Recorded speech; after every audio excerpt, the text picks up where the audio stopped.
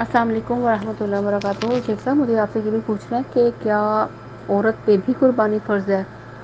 جیسے شوہر اپنے نام کی تو دے رہا ہے، تو بیوی کے نام کی بھی دے۔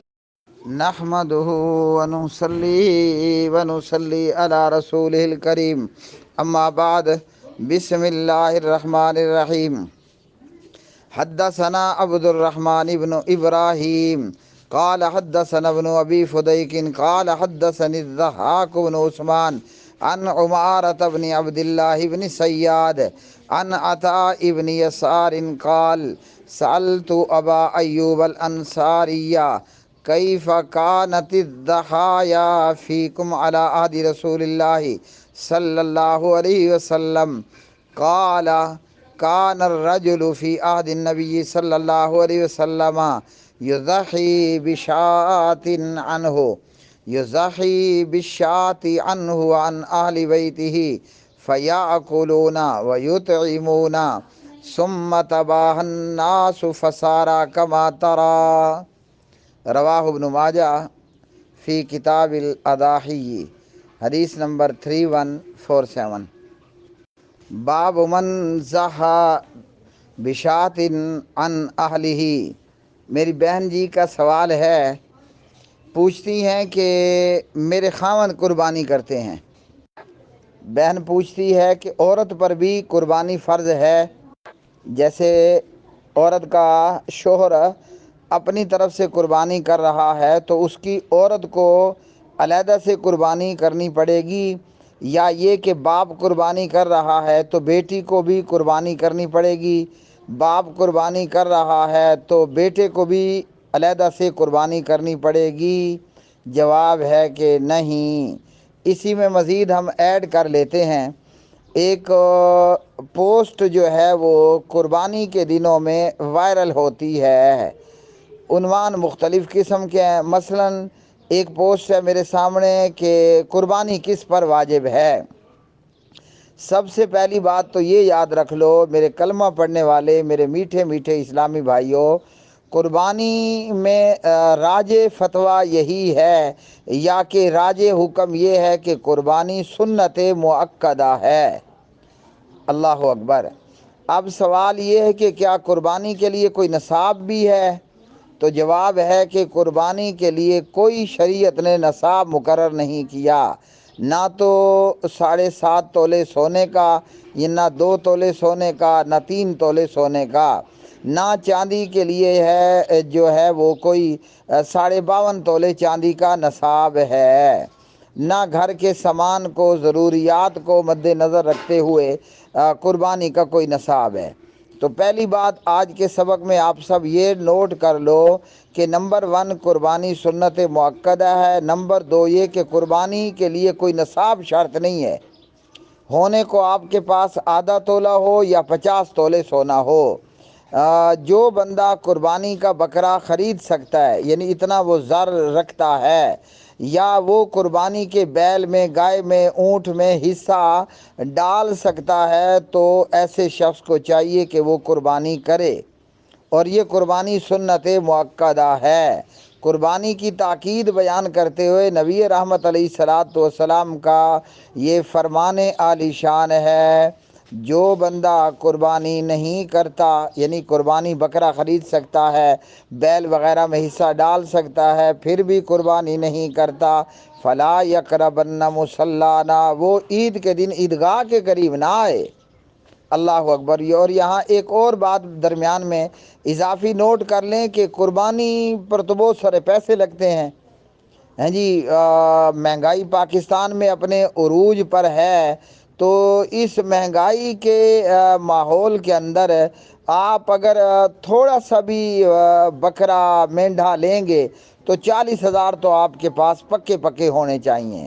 اسی طرح آپ بیل میں، اونٹ میں حصہ ڈالیں گے تو وہاں پر بھی پیسے لگیں گے، تو نماز پڑھنے پر تو کوئی پیسے نہیں لگتے۔ تو وہ میرے بھائی قربانی کرنے والے ذرا آگے آگے آ جاؤ، جو ہزاروں لاکھوں لگا کر قربانی کر لیتے ہو، اور اے اللہ کے بندو تم 5 وقت نماز نہیں پڑھتے ہو۔ اللہ اکبر۔ اور ایک اور بات بھی نوٹ کر لیں کہ جو بندہ بے نمازی ہے، بے نمازی کا حج ہے، عمرہ ہے، قربانی ہے، سب کی سب وہ رائے گاہ ہے۔ اب میں اپنی پیاری بہن کی طرف آتا ہوں کہ ان کے خاوند قربانی کرتے ہیں تو بیگم صاحبہ پر علیحدہ سے قربانی کرنا ہوگی۔ باپ قربانی کرتا ہے تو اس کی بیٹی پر یا اس کے بیٹے کے اوپر علیحدہ سے قربانی کرنا کیا شریعت نے لازم کیا ہے؟ جواب ہے کہ ہرگز نہیں۔ سنن ابن ماجہ میں یہ حدیث ہے اور اس حدیث کا نمبر ہے 3147، اور اس حدیث کا حکم یہ ہے کہ یہ صحیح روایت ہے۔ اللہ اکبر، اللہ اکبر۔ بعض لوگ نا لا علمی میں یا تقلیداً جو ہے وہ اس طرح کے فتوے صادر کر دیتے ہیں کہ ہر ایک پر اپنی اپنی قربانی کرنا لازم ہے۔ وہ نہ خاوند بھی کرے گا اور بیگم بھی کرے گی اگر بکرا خرید سکتی ہے، باپ بھی کرے گا، بیٹی بھی کرے گی تو بیٹا بھی کرے گا۔ جواب ہے کہ شریعت نے آپ پر یہ لازم نہیں کیا ہے۔ اللہ اکبر، اللہ اکبر۔ امام عطا بن یسار رحمہ اللہ، وہ آپ کا سوال 14 صدیاں پہلے صحابی رسول ابو ایوب انصاری سے پوچھتے ہیں۔ اب ہر مسلمان ماشاءاللہ حضرت ابو ایوب انصاری رضی اللہ تعالی عنہ کو اچھی طرح جانتا ہے، ہر ایک کو ان صحابی کا تعارف ہے۔ تو عطا بن یسار ابو ایوب انصاری سے پوچھتے ہیں کہ نبی پاک علیہ الصلاۃ والسلام کے زمانہ مبارک میں مسلمانوں میں تمہارے اندر قربانیاں کس طرح ہوتی تھیں؟ اللہ اکبر۔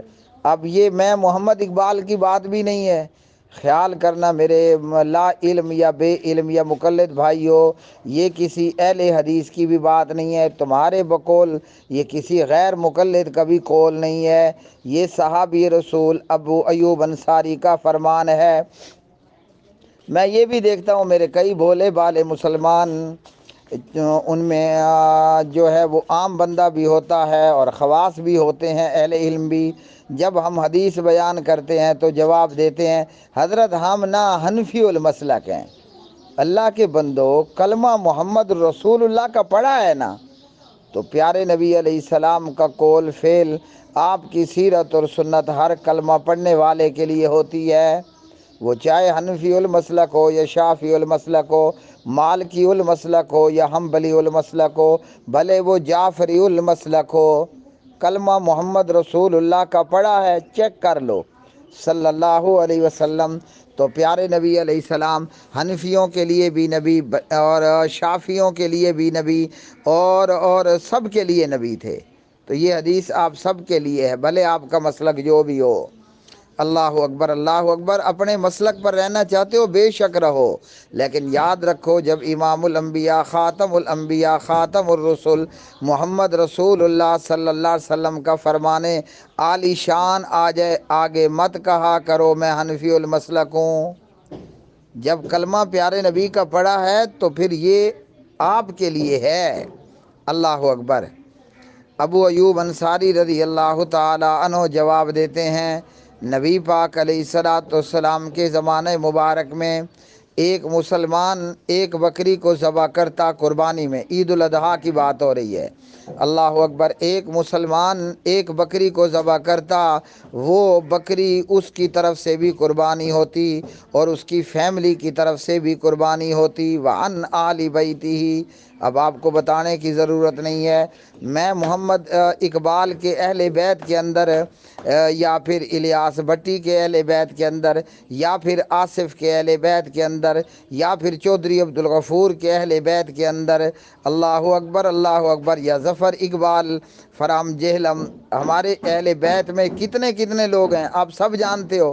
مثلا میرے اہل بیت میں فی الحال کے ٹائم میری ایک اکلوتی بیگم ہے، 7 میری بچیاں ہیں، 2 میرے بیٹے ہیں، 1 میرا ابا جی ہے، گنتی خود کرتے رہنا۔ تو ابو ایوب انصاری کہتے ہیں رضی اللہ تعالی عنہ، نبی پاک علیہ الصلاۃ والسلام کے زمانہ مبارک میں آدمی ایک بکری کو ذبح کرتا، وہ بکری اس کی طرف سے بھی ہو جایا کرتی تھی اور اس کے اہل بیت کی طرف سے بھی کفایت کرتی تھی۔ اب آپ کے اہل بیت میں میرے جتنا بڑا کنبہ فیملی ہو یا آپ 2 بچے خوشحال گھرانے والے ہوں، ہیں جی، تو ایک بکری پوری فیملی کو کافی ہوتی ہے۔ تو میری بہنا جی، جب آپ کے میاں صاحب قربانی کریں گے بکری میں یا بیل میں حصہ ڈالیں گے، وہ آپ کے میاں کی طرف سے بھی قربانی ہوگی، آپ کی بھی قربانی ہوگی، آپ کے بچوں کی طرف سے بھی قربانی ہوگی، جو ایک فیملی میں رہ رہے ہیں۔ ایک گھر ہے، میں کماتا ہوں، میں لاتا ہوں بفضل اللہ، ہاں جی، میری بیگم پکاتی ہے، ہم سب مل کر ایک دسترخوان پر بیٹھ کر کھانا کھاتے ہیں۔ اللہ اکبر، اللہ اکبر۔ جب کمانا ایک ہے، کھانا ایک ہے، کچن ایک ہے، آٹے کی پیٹی ایک ہے، گھی کا ڈبہ ایک ہے، تو ایک بکری پوری فیملی کو کفایت کرے گی۔ ابو ایوب انصاری کہتے ہیں کہ یہ لوگ خود بھی کھاتے اور دوسروں کو بھی کھلاتے۔ بعد میں کیا ہوا؟ بعد میں وہ ہو گیا جو آج تم عطا بن یسار دیکھ رہے ہو۔ ہاں جی، یہاں ہمارے اندر 2 باتیں ہو گئی ہیں۔ بعض لوگ بہت ساری قربانی کرتے ہیں، یعنی بہت سارے جانور، مقصد کیا ہوتا ہے؟ دکھاوا اور ریاکاری۔ وہ بلا ہے، وہ مصیبت ہے جو بندے کا نیک عمل بھی ضائع کر دیتی ہے، اور کیا کرتی ہے؟ آپ کے اوپر شرک اصغر کو بھی لازم کر دیتی ہے۔ یا بعض بیچارے لوگ لا علمی میں 2 4 4 بکریاں ذبح کرتے ہیں۔ میں بھی کماتا ہوں، وہ کہتے ہیں میری بیگم بھی کماتی ہے، وہ کہتے ہیں میری بیٹی بھی کماتی ہے، وہ بھی کہتے ہیں میرا بیٹا بھی کماتا ہے۔ اللہ کے بندو، جب آپ کا چولہا ایک، دسترخوان ایک ہے، آٹے کی پیٹی ایک ہے، گھی کا ڈبہ ایک ہے، مرچوں کا ڈبہ ایک ہے، نمک کا لفافہ ایک ہے، تو بکری بھی ایک ہے۔ یہ ساری بکری، ایک ہی بکری پوری فیملی کی طرف سے کفایت کر جائے گی۔ اچھا جی، اسی میں ہم ایک سوال ایڈ کرتے ہیں، یہ بھی مختلف لوگوں کا سوال ہے کہ ایک وہ مسلمان ہے جو آج حج کے لیے گیا ہے، 8 ذوالحجہ کو وہ منا جائیں گے، عرفات جائیں گے، مزدلفہ جائیں گے، پھر منا آئیں گے، پھر طواف زیارت کے لیے بیت اللہ آئیں گے۔ تو جو بندہ حج پر گیا ہے میری فیملی میں سے، آپ کی فیملی میں سے، کیا وہ 2 قربانیاں کرے گا؟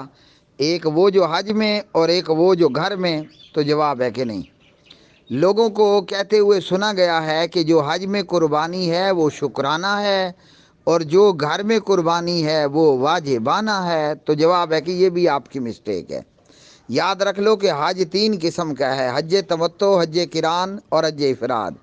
2 حج کے اندر قربانی کرنا ہے، اور یہ حج کے واجبات میں سے ہے۔ جن 2 حجوں کے اندر قربانی کرنا واجب ہے، اللہ اکبر، اللہ اکبر، وہ حج تمتع ہے اور حج قران ہے۔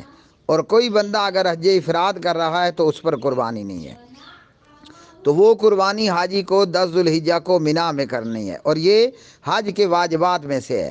اب بندہ حج کا واجب وہاں منا میں پورا کر لیتا ہے تو اس کے گھر والے علیحدہ سے اس کی طرف سے قربانی کریں گے؟ جواب ہے کہ یہ بھی تکلف ہے، خواہ مخواہ کا اپنے آپ سے بنایا گیا بوجھ ہے۔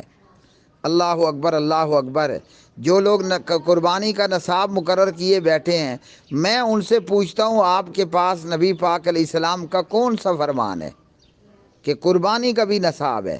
اور کون سا فرمان ہے حضور نبی کریم علیہ السلام کا؟ منا میں بھی قربانی کرو تو ڈیرہ اسماعیل خان میں بھی قربانی کرو۔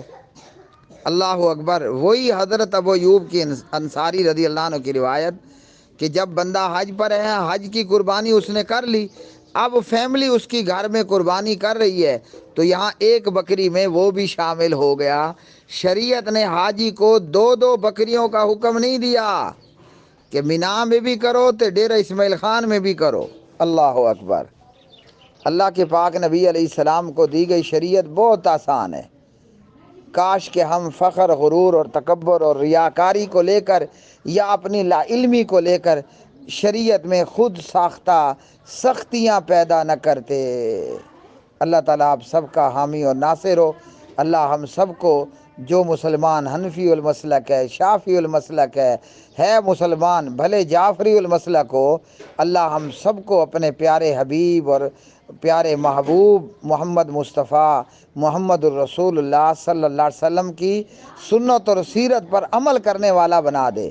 یاد رکھ لو، حنفی المسلک اپنے آپ کو کہنے والو، شافی المسلک اپنے آپ کو کہنے والو، پیارے نبی علیہ السلام کی تعلیمات آپ کے لیے بھی ہیں۔ آپ نے بھی کلمہ محمد رسول اللہ کا پڑھا ہے صلی اللہ علیہ وسلم۔ وآخر دعوانا ان الحمد للہ رب العالمین۔ واٹس ایپ میڈیا پر مجھ سے جڑنے کے لیے آپ کے سوالات اور کتاب و سنت